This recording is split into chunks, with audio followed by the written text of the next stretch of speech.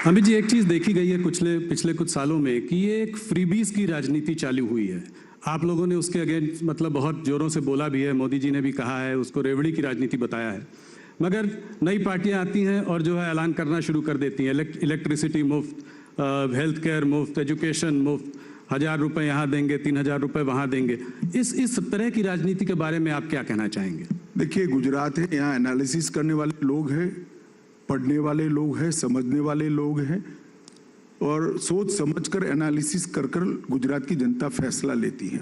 अब तक जो वादे किए गए इसका योग बताए तो गुजरात का बजट 2,42,000 करोड़ है और वादे हो गए हैं 3,52,000 करोड़ के। नई इनकम कुछ नहीं करनी है, पुराना बजट एज इट इज और 3,52,000 करोड़ लाना है। कोई बता दे जरा कैसे लाएंगे, इसका तो हिसाब दे। ये गुजरात की जनता समझती है और कुछ वादे तो इतने हास्यास्पद है। हम प्राथमिक शिक्षा को फ्री करेंगे, हमारे यहाँ 1960 से प्राथमिक शिक्षा फ्री है। अब क्या फ्री करोगे भाई तुम? फ्री है। उनको ये भी मालूम नहीं यहाँ क्या चल रहा है, स्वाभाविक है यहाँ के नहीं है तो, परंतु थोड़ा स्टडी तो करना चाहिए। जब फ्रीबीज की बात होती है तो केंद्रीय सरकार भी तो फ्रीबीज दे रही है। कहीं ऐसा जैसे कि फ्री राशन दे रहे हैं आप, उसकी आपकी व्यवस्था बनी हुई है, फ्री सिलेंडर आप भी दे रहे हैं, तो इसको आप कैसे देखते हैं? क्या ये फ्रीबीज नहीं? देखिए, दो चीजों में तत्वतः फर्क है। जैसे भारत सरकार की सो कॉल्ड फ्रीबीज, किसी को घर देना, किसी को गैस का कनेक्शन देना, किसी के घर में लाइट पहुंचाना, किसी को आयुष्मान भारत का कार्ड देना और अब अंत में आपने जो कहा कोरोना के बाद उनको फ्री राशन देना, किसी को बिजली देना, ये रेवड़िया बांटना नहीं है, मगर बिजली का बिल न देना रेवड़िया बांटना है। किसी को घर देना मैं नहीं मानता रेवड़ी बांटना है। ये इसके जीवन स्तर को उठाने का प्रयास है। जो आजादी के 70 साल तक कांग्रेस ने 60 साल तक शासन किया वो नहीं कर पाए, वो हम करें। मगर फिर घर का टैक्स हम माफ नहीं करते, इसका हम शौचालय बना देते हैं क्योंकि अधिकार है 75 साल के बाद एक महिला का कि घर में शौचालय हो, उसको एम्ब्रेसमेंट ना हो सुबह, मगर हम शौचालय का रिपेयरिंग नहीं कर देते। और जहां तक मुफ्त में अनाज देने की बात है, आप सभी को मालूम है, पूरा देश जानता है, पूरी दुनिया जानती है कि कोरोना के बाद एक लिंगरिंग फेज में स्लो डाउन रहा है, जिसकी सबसे बुरी असर किसी पर पड़ी है तो देश के गरीबों पर पड़ी है। सोसाइटी का कोई भी सेगमेंट कुदरती आपत्ति के कारण, महामारी के कारण अगर किसी भी तरह से प्रभावित होता है तो शासन की जिम्मेदारी है, नैतिक जिम्मेदारी है इसको मदद करना। जैसे बाढ़ आती है, सूखा आता है, साइक्लोन आता है तो हम मदद करते, वो फ्रीबीज नहीं है, उसका सपोर्ट है जी। तो ये दोनों को मिक्सअप नहीं करना चाहिए।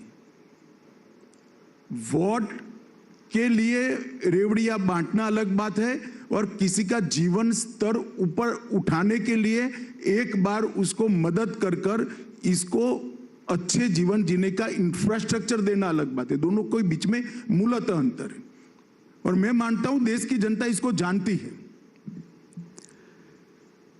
एक दूसरे प्रश्न की ओर बढ़ते हैं। राज्यों के जब चुनाव आते हैं तो उसके पहले यूनिफॉर्म सिविल कोड की बात आपकी पार्टी करती है। भाई एक मिनट रुक जाओ। 1950 से हमारे हर घोषणा पत्र में है कि हम यूनिफॉर्म सिविल कोड को लाएंगे जी। 1950 से नहीं, संविधान सभा ने भी आर्टिकल 44 के अंदर कहा है कि देश के विधानमंडलों और देश की संसद ने जब भी अनुकूलता हो तब यूनिफॉर्म सिविल कोड लाना चाहिए, जिसमें जवाहरलाल नेहरू, सरदार पटेल, मौलाना आजाद, राजा जी, ये सब के दस्तखत है जी। अब इन लोगों को क्या कहोगे? ये भी सांप्रदायिक सोच कर गए थे ना, वो सांप्रदायिक सोच कर नहीं गए थे। एपीसमेंट के कारण के बाद 67 के बाद आपने सांप्रदायिक सोचना शुरू किया है, वो तो ठीक ही सोच कर गए थे कि किसी भी पंथ निरपेक्ष राष्ट्र के अंदर सभी धर्म के नागरिकों के लिए समान कानून होना चाहिए, कानून धर्म के आधार पर नहीं होना चाहिए। मगर अब इसको भी राजनीतिक कलर देते रहे। हमने हमारे जनसंघ के समय से ये हमारा घोषणा पत्र का वादा है जिसको हम पूरा करते हैं। ऐसा नहीं है कि सिर्फ ये क्यों, हमने कहा था राम मंदिर बनाएंगे, मोदी जी ने इसका भूमि पूजन कर दिया, और 2024 का आप टिकट निकलवा कर रखना, जनवरी का भव्य राम मंदिर अयोध्या में आपको दिखाई पड़ेगा। हमने कहा था कि हमने कहा था कि हम ट्रिपल तलाक को समाप्त कर देंगे जी, हमने कर दिखाया। हमने कहा था एक देश में 2 विधान 2 निशान 2 प्रधान नहीं चलेंगे, धारा 370 हट कर रहेगी, और 5 अगस्त 2019 को मोदी जी ने धारा 370 को हटा दिया। ये सभी हमारे वादे हैं। धारा 370 हटी, कौन सा चुनाव था भाई? राम जन्मभूमि का भूमि पूजन हुआ, कौन सा चुनाव था? ट्रिपल तलाक हटा, कौन सा चुनाव था? और अगर आप नहीं हटाना चाहते हैं, आप कॉमन सिविल पर्सनल लॉज को सेव करना चाहते हैं, तो कांग्रेस पार्टी ने कह देना चाहिए कि इस देश में कॉमन सिविल कोड नहीं होना चाहिए। इतनी नैतिक ताकत तो होनी चाहिए। मैं तो कांग्रेस के सारे नेताओं को कहता हूं कि मीडिया अगर इकट्ठा ना होता तो हम भेज देते हैं, सब लोग एक बार घोषणा कर दो कि देश में कॉमन सिविल कोड नहीं होना चाहिए, कुछ ट्रेंड तो लो जी। मैंने तो ऐसी कंफ्यूज पार्टी ही नहीं देखी। धारा 370 हटाने का बिल में लेकर गए, तो मैंने बोला भाई, आप मनीष भाई ने भाषण किया था, मैंने बोला आप हाँ बोल रहे हो और ना बोल रहे हो जी, कि कई बार ब्लैक एंड व्हाइट नहीं होता है, कुछ बार बीच का ही होता है, मगर हम बीच के नहीं है। हम बिल्कुल मानते हैं कि जो हमने कहा है वो हमने करना है। तो क्या इसके लिए कोई केंद्रीय कानून लाएंगे? क्या करेंगे इसके लिए? Uniform civil code, uniform civil code के लिए कोई केंद्रीय कानून लाएंगे? कैसे इसको इम्प्लीमेंट करेंगे? नहीं, इम्प्लीमेंट कैसे करेंगे? विधानसभा कानून लेकर आएगी, अपने आप इम्प्लीमेंट हो जाएगा। इस देश में कानून बनाने की प्रक्रिया संविधान ने बनाई हुई है, कानून के इम्प्लीमेंटेशन की एडमिनिस्ट्रेटिव व्यवस्था भी है, इसी हिसाब से होगा। जी। अमित जी, इलेक्शंस के पहले देखा है कि एक पोलराइजेशन की एक थीम जो है हर इलेक्शन में आ जाती है। इस बार भी जो है डिमोलिशन ड्राइव को ऑपोजिशन पार्टीज ये कह के इसको पोलराइजेशन का कलर दे रही हैं, क्या कहते हैं आप इसके बारे में? देखिए, कोई ऑपोजिशन पार्टी ने नहीं किया, मैं तो ढूंढ रहा हूं कौन बोलते हैं, आप लोग ही पूछ करते हो। ऑपोजिशन पार्टी को अगर दिक्कत है तो उन्होंने कह देना चाहिए कि द्वारका के अंदर गैर कानूनी धार्मिक जो एंक्रोचमेंट थे वो रहने चाहिए। किसी ने नहीं कहा है, ये रूटीन अफेयर है। मैं मानता हूं बेट द्वारका जैसी जगह पे जो गैर कानूनी कंस्ट्रक्शंस थे वो निकालने चाहिए। और मैं तो भूपेंद्र भाई और हर्ष संघवी की टीम को बहुत बहुत बहुत साधुवाद देना चाहता हूं कि बहुत अच्छे तरीके से उन्होंने ड्राइव चलाया है और नतीजे बहुत अच्छे आए। हर्ष जी हमारे साथ यहाँ पे मौजूद भी हैं। कांग्रेस के प्रदेश अध्यक्ष जगदीश ठाकुर जी ने कहा है कि देश के संसाधनों पर मुसलमानों का पहला अधिकार होना चाहिए, क्या कहेंगे इस पर? नहीं, कोई नई बात नहीं, पहले मनमोहन सिंह जी ने कहा है। हमारा मानना है कि देश के संसाधनों पर देश के गरीब का, दलित का, आदिवासी का सबसे पहला अधिकार होना चाहिए, देश के पिछड़े का अधिकार होना चाहिए। जहां तक संविधान के इंटरप्रिटेशन का सवाल है, संविधान में कहीं पर भी प्रायोरिटी एरिया रिलीजियस आधार पर नहीं तय किया है।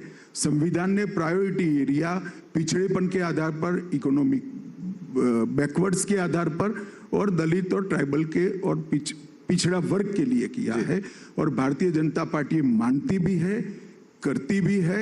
और नरेंद्र भाई ने 8 साल के अंदर, हमारे देश के प्रधानमंत्री जी ने इस देश में हर गरीब के घर में घर पहुंचाने का काम किया है, घर में बिजली पहुंचाने का काम किया है, घर में गैस पहुंचाने का काम किया है, घर में शौचालय पहुंचाने का काम किया है, घर में आरोग्य की सारी सुविधाएं पहुंचाने का काम किया है। और हर घर में शुद्ध पीने का पानी, नल से जल आज काफी हद तक आगे बढ़ चुका है।